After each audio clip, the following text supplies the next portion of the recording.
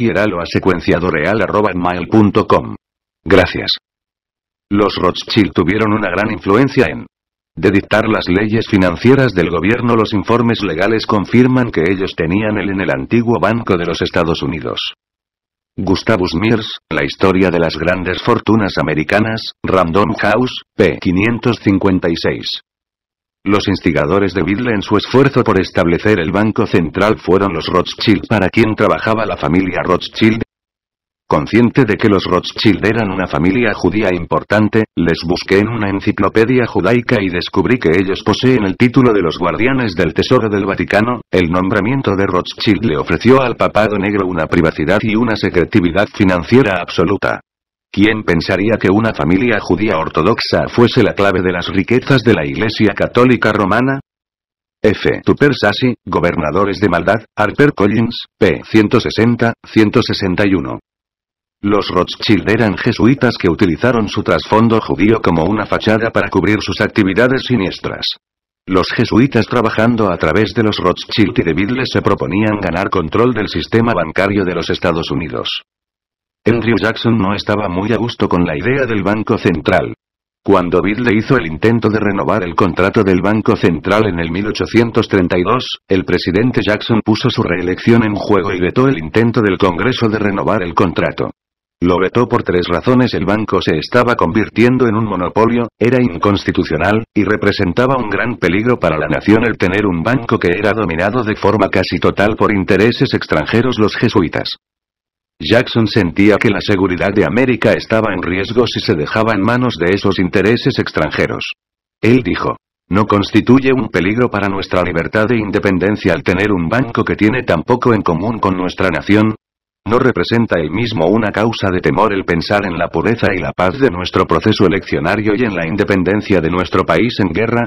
El tener control de nuestro dinero, el recibir el dinero público y el mantener a miles de nuestros ciudadanos en un estado de dependencia, sería peor y más peligroso que cualquier enemigo militar y naval. Herman E. Cross, Documentary History of Banking and Currency in the United States, Chelsea House, pp. 26-27. Los comentarios de Jackson no son nada nuevos. Otros también entendieron el poder que se les había otorgado a aquellos que tenían a su cargo el banco. Mayer Rothschild dijo: permítanme hacer y controlar el dinero de la nación y no me importará quién escriba las leyes. G. Edward Griffin, La criatura de la isla de Jekyll. América Opinión, p. 218. Esta es la regla de los jesuitas Rothschilds. El que tenga el dinero determina cuáles son las reglas.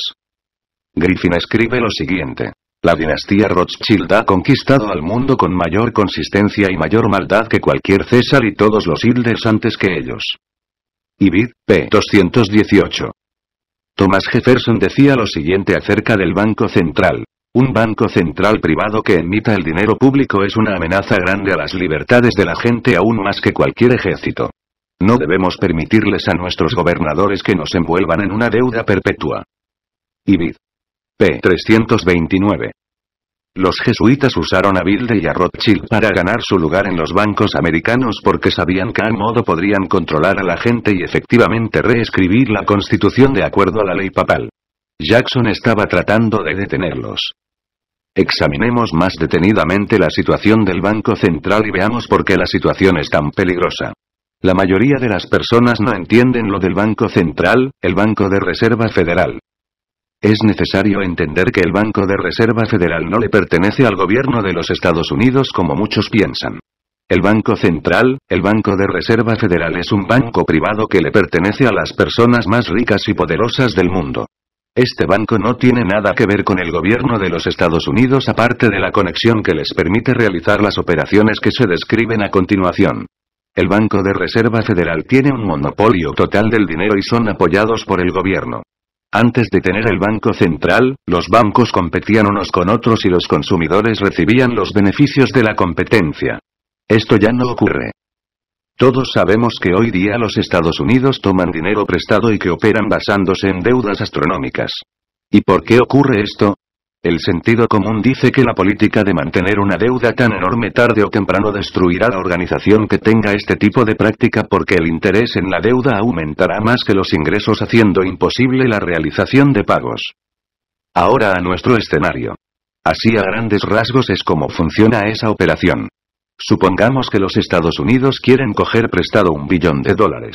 El gobierno emite un bono por esa cantidad más o menos como hace la compañía de aguas cuando necesita recaudar dinero para nuevas tuberías o para una nueva represa. El gobierno le envía ese bono de $1 billón al Banco de Reserva Federal y este a su vez emite una orden al Departamento de Imprenta y Grabado para que impriman $1 billón en billetes.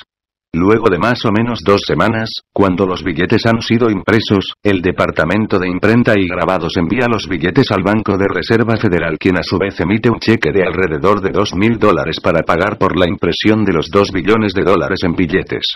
Entonces, el Banco de Reserva Federal presta los $2 billones al gobierno de los Estados Unidos y la gente del país paga el interés a una suma exorbitante cada año. El Banco de Reserva Federal no tiene que poner un solo centavo de todo este dinero. Vemos pues que cuando el gobierno de los Estados Unidos debe aunque sea $1, ese dólar más el interés va a los bolsillos de los dueños del Banco de Reserva Federal. Esto constituye el mayor, el más colosal robo perpetrado en la historia de la humanidad y el mismo es tan subliminal y tan sutil que las víctimas ni siquiera se dan cuenta de lo que está ocurriendo. Entendemos entonces el por qué los jesuitas quieren mantener todas estas operaciones en secreto.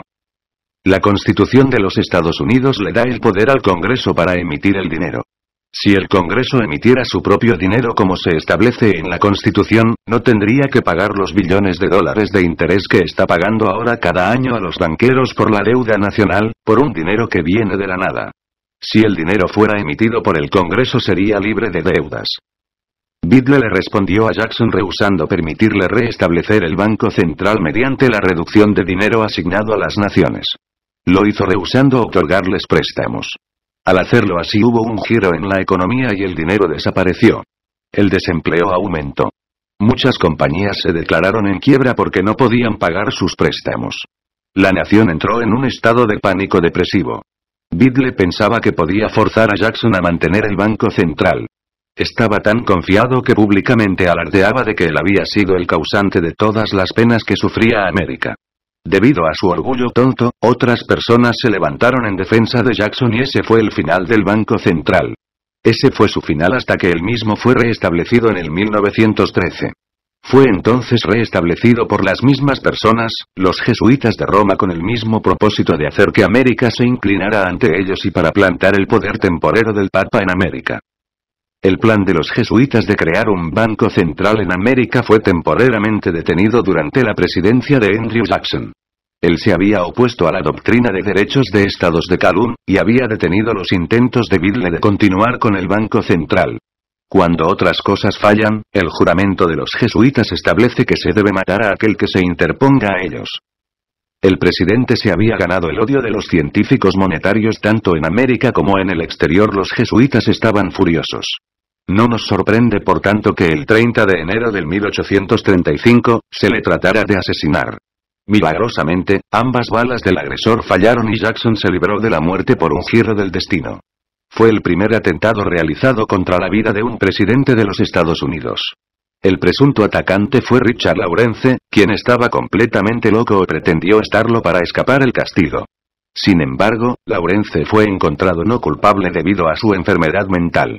Más adelante, él mismo alardeaba con sus amigos diciéndoles que había estado en contacto con personas poderosas de Europa quienes le habían prometido ayudarle y protegerle de cualquier castigo si lo atrapaban. Ibid. p. 357. La orden de los jesuitas tomó en serio el apoderarse de los Estados Unidos. Se infiltraron en el gobierno en los más altos niveles y utilizaron sus agentes.